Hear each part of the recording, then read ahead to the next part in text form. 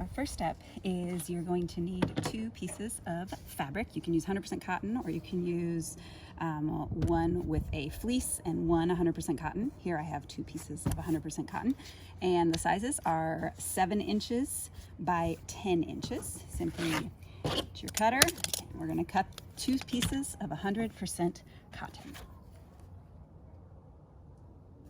Step 2, you're going to take those pieces of cotton. I like to spray them with water. It makes it simple for them to fold over. So we're going to iron a 1/4 inch seam into both pieces.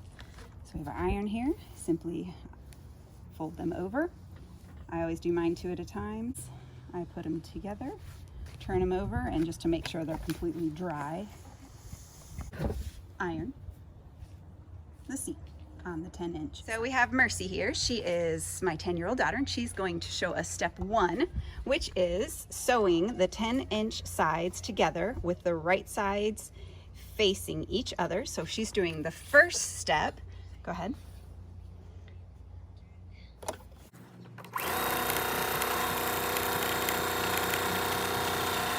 So she sews down the 1/4 inch seam. Okay, so she's taken both of them and sewed the 1/4 inch seam together. Now she's simply going to put them right sides facing one another, and she's going to sew the 10-inch side together, and she will leave a 3-inch pocket opening at the top.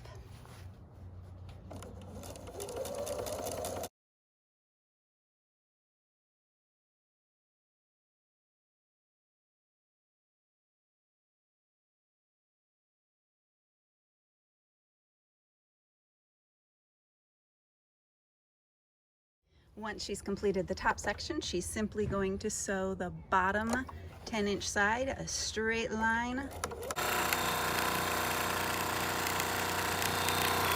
That stitch.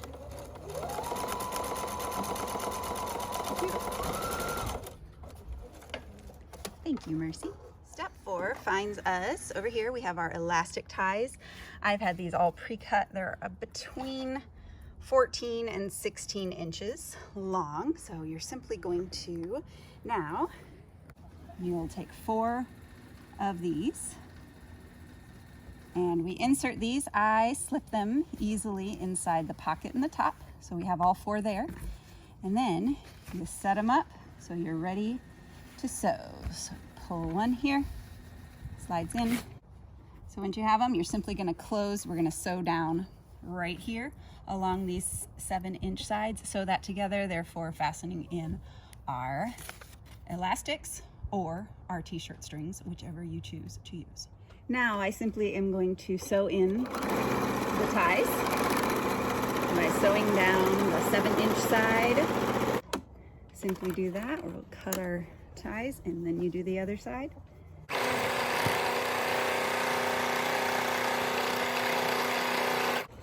Once you have that sewn, you're simply going to do our next step, which is to turn our mask, and we're going to sew our pocket closed. So with the strings, it's super simple. You turn the mask simply like this, pull on, tug gently on those little strings, and turn the mask this way. Once we've turned the mask, we're going to sew our pocket closed, because we obviously are not going to be inserting a filter here. And we've got our pocket closed. Step 6, we're going to cut our heavy-duty shower curtain liner. It's clear in squares of 5 by 5. I actually have a whole stack that I've already cut, so you can simply cutting board, take it, 5 by 5s.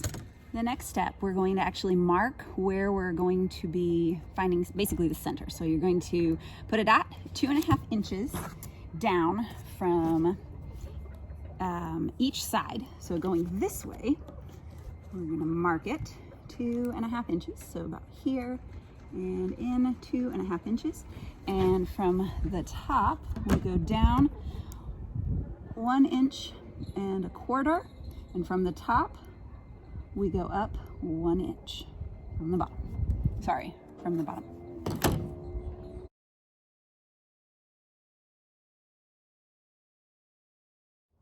All right, step 8, we are going to use a template that I've made that's 4 inches in width and 3¼ inches in height. And I simply put that where I have marked my little dots from before. I'm gonna match this up on those dots because that will give me the center. Once you have that matched up, you're going to simply mark the corners.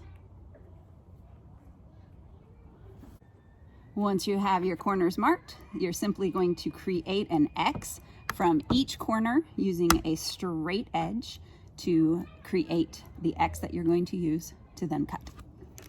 So we go from corner to corner and draw a line. It does not have to be perfect because you're actually using this just as a marking point.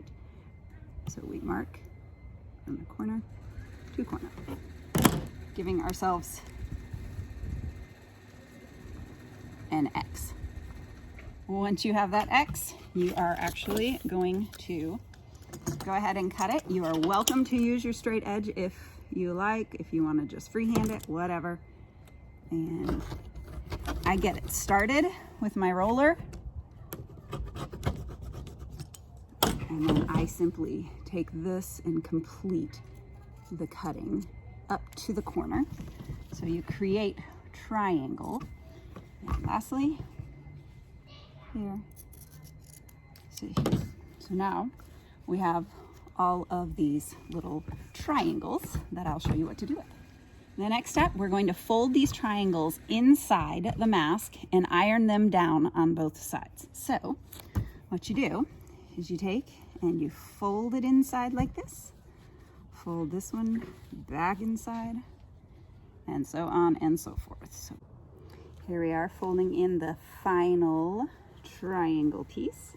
Get it in, just tuck everything up in there. So now what we've done is we have created what will be our window. The easiest thing to make sure all of these stay, the seam edges stay down, so we're gonna go ahead and just iron that out. So now we have it folded down, so all of the seams on both sides are folded together. That was our step 10.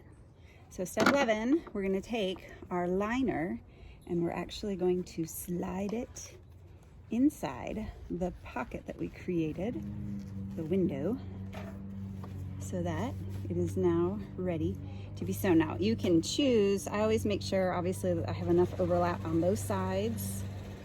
So when I sew, obviously it's not gonna miss any parts of the liner. So we got that all set.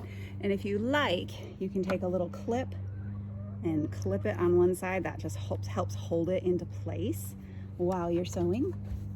And then simply sew around these corners, the edges. Sew our window in place.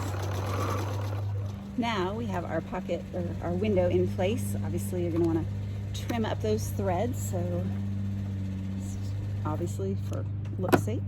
Now our window is sewn in place. Step 12 finds us on our last step, which is to pleat, pin, iron, and sew. Now, it took me a while to figure out this whole pleat thing. I eyeball it, but I have figured out the best way to do it for me is I do it like this. And I don't use pins anymore. I went and bought bobby pins from the dollar store, and they simply hold the pleats in place. I'm gonna put them real close to the window like this, because once they're really close to the window like that, all you do is iron this outside where we're gonna sew. That just holds them down really nicely. And I don't obviously want to iron the window and melt it. That would be bad. So now we have it ready, and we're going to go ahead and sew. Now we're just sewing down our pleats.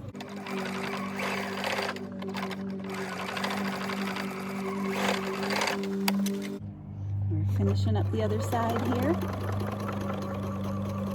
I like to reinforce where the pleat is just a little bit. So I back stitch over that. And pull these out. We're going to trim up our threads and remove the bobby pins. And your mask is now complete. That is how you do it. Well, we've come to our final step. I'm going to take a bar of soap, and you're going to want it a little bit wet, not a lot, just a little bit. And then all you do is on the inside of the mask that's going to be closest to your face, you're going to want to rub this bar of soap. This is before wearing. It'll last a couple of days, but this keeps it from fogging. Otherwise, like everybody says, I think they would fog up, and they do. So you have to do the bar soap method, which this is just a really old school hack. Simply rub all the bar soap on here like this. So we've got this thing covered in bar soap. You're gonna let that dry for about 10 minutes. So we're doing our bar soap method. Once you have given it some time to dry, you're gonna just take a microfiber towel and you're just gonna buff out the soap residue. So you simply rub it all off, and what's gonna happen is it's going to leave on the transparent window a film that is clear, and it is actually fog resistant. So we're gonna get that all buffed off, and we'll show you how it works. So we are just getting finished with the bar soap, getting it all buffed out. I recommend choosing a soap that you enjoy the smell of, because you're gonna be smelling that soap, which is actually delightful. And then I'm gonna show you how it works. Okay, so Mercy has the mask on. Go ahead and talk to us now. Hi, today has been really fun. I like sewing with my mom. Yep, and you can see when she talks. Go ahead and talk. Hi. There's no fog.